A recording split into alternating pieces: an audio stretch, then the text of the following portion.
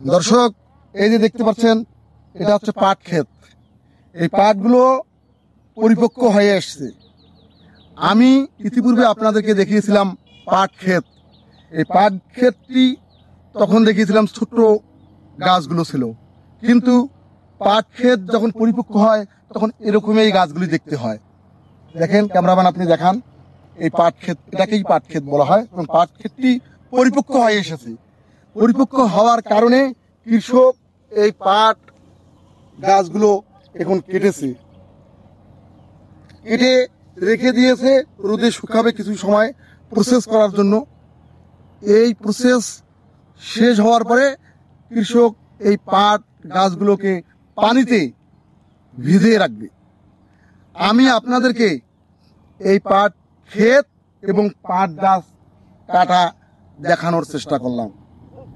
আপনারা এরকম নিত্য নতুন ভিডিও পেতে আমার সঙ্গেই থাকুন। আমি আরিফ চৌধুরী বিদায় নিচ্ছি। ভালো থাকবেন, সুস্থ থাকবেন। আল্লাহ হাফেজ।